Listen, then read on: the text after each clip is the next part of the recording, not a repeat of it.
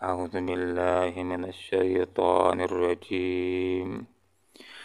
بسم الله الرحمن الرحيم. فوسوس إليه الشيطان قال يا آدم هل أدلك على شجرة الخلد وملك لا يبلى. صدق الله العظيم. سبحانك لا علم لنا إلا ما علمتنا إنك أنت العليم الحكيم. فوسوس پس پھسلایا اس نے الیہ اس کو الشیطان شیطان نے قال کہا یا آدم اے آدم حل کیا ادلک میں تم کو بتلاؤں علی شجرۃ ایک ایسا درخت جس سے الخلد ابدی زندگی ملتی ہے وہ ملک لا یبلا اور سلطنت لا زوال. حضرت آدم علیہ السلام کو اللہ رب العالمین نے مٹی سے بنایا، اپنی طرف سے ان کے اندر روح پھونکی اور پھر ان کو اعزاز بخشا. فرشتوں کو حکم دیا کہ آدم علیہ السلام کے سامنے سجدہ کریں. یہ حکم شیطان کو بھی شامل تھا. سب نے سجدہ کیا، شیطان نے سجدہ نہیں کیا. اللہ رب العالمین نے حضرت آدم علیہ السلام کو جب بنایا، ان کے جسم کے ایک حصے سے ان کی زوجہ کو بھی بنایا اور ان کو جنت کے اندر رکھا، ہر طرح کی ان کو سہولیات دیں.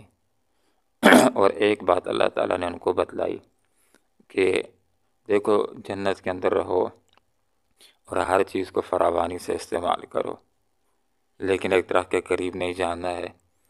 اور دوسری بات بھی بڑے واضح انداز کے اندر اللہ رب العالمین نے سمجھائی اور دونوں کو سمجھائی، حضرت آدم علیہ السلام کو بھی اور حضرت حوا علیہ السلام کو بھی، کہ شیطان تمہارا کھلا ہوا دشمن ہے. خیال کرنا ہے کہ کہیں تمہیں یہ جنت سے نکلوا نہ دے.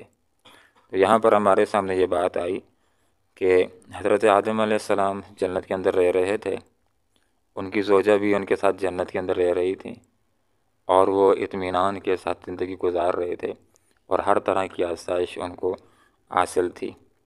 اب شیطان تو پہلے سے اس مشن کے اوپر تھا کہ میں نے ان کو ذلیل کرنا ہے، ان کو میں نے اپنا جہنم کا ساتھی بنانا ہے، ان کو میں نے جنت سے نکالنا ہے. یہ تو پہلے وہ چیلنج دے چکا تھا. اس نے کہا تھا کہ ان کے دائیں سے بائیں سے آگے سے پیچھے سے آؤں گا اور ان کو اپنا جہنم کا ساتھی بنا کر کے چھوڑوں گا.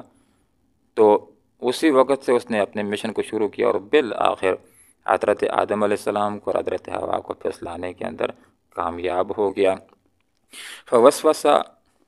وسوسہ کیا، پھسلایا الیہ اس کو الشیطان شیطان نے. یہاں پر ایک نقطہ علماء نے یہ بھی ذکر کیا کہ اسرائیلی روایات کے اندر یہ بات ہے کہ پہلے شیطان نے حضرت حوا کو پھسلایا، اپنے راستے کی پر لایا، پھر ان کے ذریعے سے آدم علیہ السلام کو پھسلایا. گویا کہ آدم علیہ السلام کو ممنوع درخت کھانے کے اوپر عورت نے مجبور کیا. یہ ایک غلط بات ہے، یہ عورت کے مقام کو گھرانے والی بات ہے اور یہ بات اسرائیلی روایات کی ہے. قرآن سے واضح طور پر یہ بات سامنے آتی ہے کہ فوسوسہ پھسلایا. کس نے پھسلایا؟ الشیطان، شیطان نے. کس کو پھسلایا؟ الیہ اس کو. یہ جو ہا ضمیر ہے یہ مذکر کی ضمیر ہے اور یہ اس سے مراد حضرت آدم علیہ السلام ہے. تو اس مقام کے اوپر یہ ہے کہ براہ راست آدم علیہ السلام کو اس نے وسوسہ کیا، پھسلانے کی کوشش کی. اور دوسرے مقام کے اوپر یہ بات ہے کہ دونوں کو آہستہ آہستہ اپنے ڈھب کے اوپر لے آیا. تو ایسی بات بالکل سراسر غلط ہے کہ اس نے پہلے عورت کو پھسلایا، پھر عورت نے درخت کھانے کے اوپر اپنے شوہر کو مجبور کیا. یہ سراسر غلط ہے. تو دونوں کو تیار کیا ہے. اور یہاں پر حضرت آدم علیہ السلام کا ذکر ہے کہ شیطان نے وسوسہ ڈالا حضرت آدم علیہ السلام کے دل میں اور کیسی بات کہی کہ جس کے ذریعے سے ان کو ممنوع درخت کھانے کے اوپر تیار کر لیا. آیا اور ان کا ناصح بن کر کے آیا.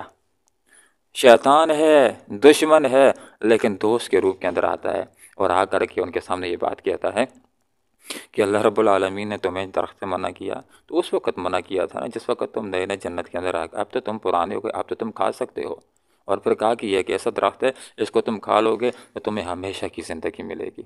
انسان کی یہ فطرت ہے کہ انسان جب خوش ہو نعمتوں کے اندر ہو تو مزید وہ زندگی کو طول دینا چاہتا ہے، مزید وہ زندہ رہنا چاہتا ہے، تو اسی کمزوری کو اس نے ہدف بنایا، اور تمہیں ہمیشہ کی زندگی بھی مل جائے گی اور سلطنت لازوال بھی مل جائے گی۔ تو دونوں کو تیار کر لیا اس درخت کا پھل کھانے کے اوپر، اور ان کے سامنے قسم اٹھائی کہ میں تمہارا خیر خواہ ہوں۔ تو ان دونوں نے فَأَكَلَا، دونوں نے کھایا، صرف حوا نے نہیں کھایا بلکہ آدم علیہ السلام نے بھی، دونوں نے ممنوع درخت کو کھا لیا۔ فَبَدَتْ لَهُمَا، اب سب سے پہلے کھانے کا اثر کیا ظاہر ہوا کہ جنت کی نعمتیں چھننا شروع ہو گئیں، اور سب سے پہلے سرکاری پوشاک اتر گئی، جو جنت کا قیمتی لباس تھا وہ اتر کے دونوں ننگے ہو گئے۔ علماء نے یہاں پر یہ بھی نقطہ سمجھایا ہے کہ شیطان کا جو انسانیت کے اوپر پہلا وار ہوا وہ بھی انسانیت کو ننگا کرنے کا تھا۔ اب دنیا کے اندر بھی اس کا وار یہی ہوتا ہے کہ نئی چیزوں کے ساتھ وہ لوگوں کے سامنے یہ فیشن پیش کرتا ہے کہ بس اس طرح لباس ہو، مختصر لباس ہو، اس کے اندر تم بڑے مزہ کرتے ہو۔ تو عورتوں کے لباس کو وہ نصف کرتا ہے، انسانوں کے لباس کو نصف کرتا ہے، تاکہ یہ نصف لباس والے ہوں اور فحاشی اور عریانی کے اندر اختہ ہو کر کے یہ زناکاریوں بدکاریوں کے کام کریں، اور یہ میرے ساتھی ہو جائیں اور آخرت ان کی خراب ہو جائے۔ تو دنیا کے اندر بھی شیطان کا لوگوں کو بگاڑنے کے لیے بہت بڑا وار ہے کہ دنیا کے اندر بھی وہ انسان کو ننگا کرنا چاہتا ہے، عورتوں کو ننگا کرنا چاہتا ہے، اور اس کو بطور فیشن کے پیش کرتا ہے۔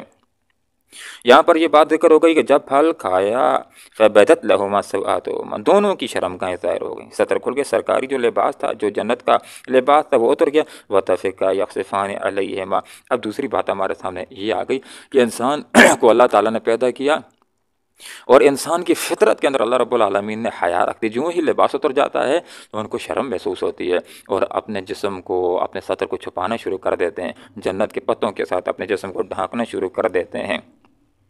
وعصا، اور گویا کہ نافرمانی کی آدم علیہ السلام نے رب، اپنے رب کی فغوا، سو وہ بھٹک گئے۔ تو اللہ رب العالمین نے درخت سے منع کیا تھا، اس کو کھا لیا، گویا کہ اللہ رب العالمین کے حکم کی ان سے نافرمانی ہو گئی۔ لیکن حضرت آدم علیہ السلام کو جب توجہ دلائی گئی تو حضرت آدم علیہ السلام نے اللہ رب العالمین سے معافی مانگی۔ ربنا ظلمنا انفسنا وان لم تغفر لنا وترحمنا لنکونن من الخاسرین، اے اللہ ہم نے تو اپنے آپ کے اوپر ظلم کر لیا ہے، تیرے حکم کے اندر کوتاہی ہو گئی، اگر تو نے معاف نہ کی، ہمارے اوپر رحم نہ فرمایا تو ہم تو نقصان اٹھانے والوں میں سے ہو جائیں گے۔ نہ صرف یہ کہ اللہ رب العالمین نے معاف فرمایا، اللہ تعالیٰ نے رہنمائی بھی کی، اور اللہ تعالیٰ نے دنیا کا سب سے بڑا اعزاز، پہلا پیغمبر بھی دنیا کا اللہ رب العالمین نے ان کو بنا دیا۔ قصہ آدم و ابلیس، اس کے اندر میرے اور آپ کے لیے رہنمائی کیا ہے؟ قرآن کے اندر یہ چھٹا مقام ہے جہاں پر قصہ آدم اور ابلیس بیان ہو رہا ہے۔ تو اس قصے میں سے سب سے پہلا سبق ہمارے سامنے یہ آتا ہے کہ ہمیں چاہیے کہ اپنی ناکامی کا ذمہ دار دوسروں کو نہ ٹھہرائیں۔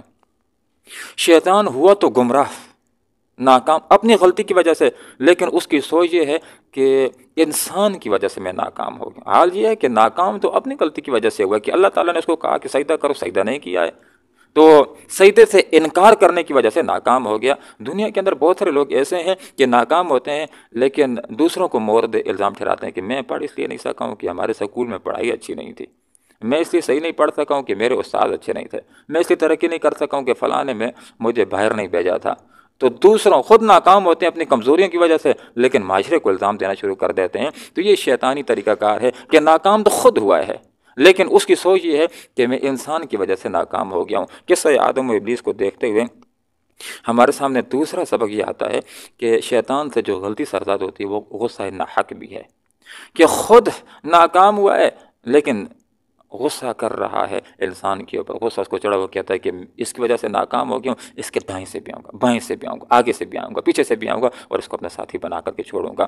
تو ہمیں غصہ ناحق سے بچنا چاہیے۔ آپ صلی اللہ علیہ وسلم نے یہ بات سمجھائی، حدیث کا یہ مفہوم ہے کہ پہلوان وہ نہیں ہے کہ جو میدان میں کسی کو بچھاڑ دے، پہلوان وہ جو غصے کے وقت غصے کو قابو میں کرتا ہے۔ جب غصہ آ جاتا ہے تو غصہ کہتا ہے دوسرے کو تھپڑ لگا، دوسرے کو گالی دو۔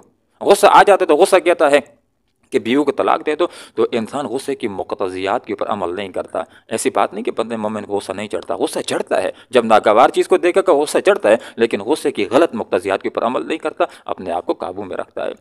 قصہ آدم و ابلیس آدمی غور سے پڑھتا ہے تو تیسرا سبق ہمارے سامنے یہ آتا ہے کہ ہمیں حسد سے بچنا چاہیے.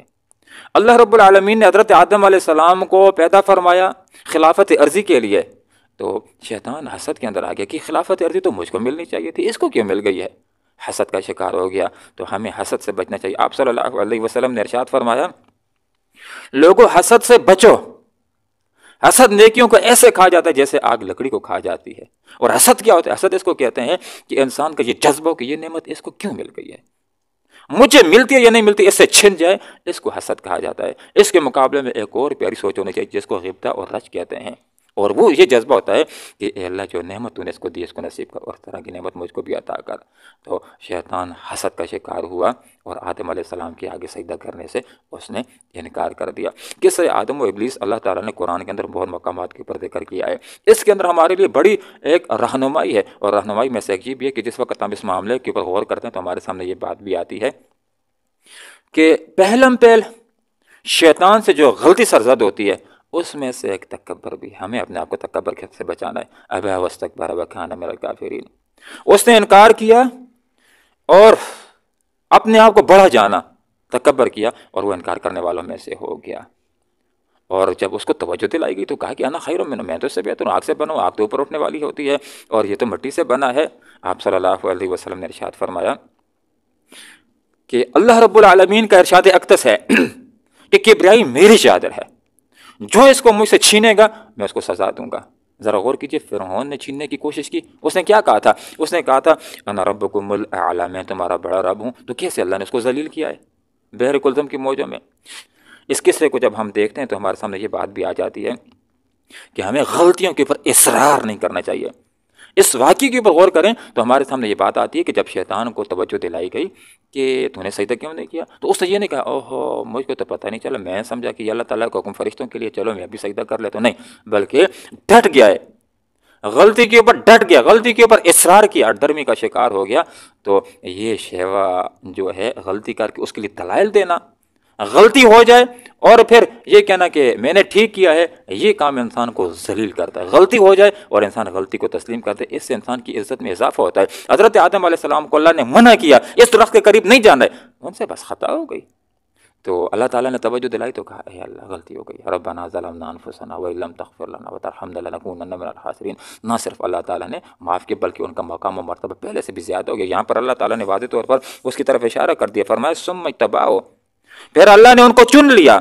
دیکھیں جب اللہ تعالیٰ کے سامنے اپنی غلطی کا اعتراف کر لیا تو اللہ نے ان کو برگزیدہ کیا. اس کے رب نے فتح علیہ اور اس کی توبہ قبول فرمائی وعدہ، اور اللہ تعالیٰ نے ان کو زندگی گزارنے کے لیے مزید بھی اللہ تعالیٰ نے ان کی رہنمائی کی. تو اللہ رب العالمین سے ہم دعا کرتے ہیں کہ اللہ تعالیٰ ہمیں قرآن و سنت کو سیکھنے کی، سمجھنے کی، اور جو قصے ہیں ایک قصے کے اندر، ہر قصے کے اندر ہمارے لیے کیا سبق ہے، اللہ تعالیٰ اس سبق کو لینے کی اور عمل کرنے کی توفیق عطا فرمائے. آمین. وآخر دعوانا الحمدللہ رب العالمین.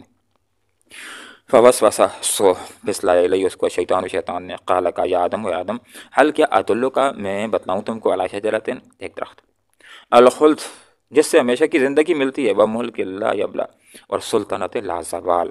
فاکلا پسند دونوں نے کھایا، من اس میں سے، فبدت سو ظاہر ہو گئے، لہما ان کے سامنے، سوآتہما ان کی شرم گاہیں، واتفقا دونوں لگے، یخصفان ڈھانکنے، علیہما اپنے آپ کو، من ورق الجنت جنت کے درختوں کے پتوں سے، وعصا گویا کہ نافرمانی کی آدم و حضرت آدم علیہ السلام نے رب اپنے رب کی، فغوا سو وہ بھٹک گئے، ثم پھر اجتباہ برگزیدہ کیا ان کو رب اس کے رب نے، فتابہ اور توبہ قبول فرمائی، علیہ اس کی وعدہ اور ان کی رہنمائی کی. اللہم ربنا آتنا فی الدنیا حسنہ وفی الآخرۃ حسنہ وقنا عذاب النار برحمتک.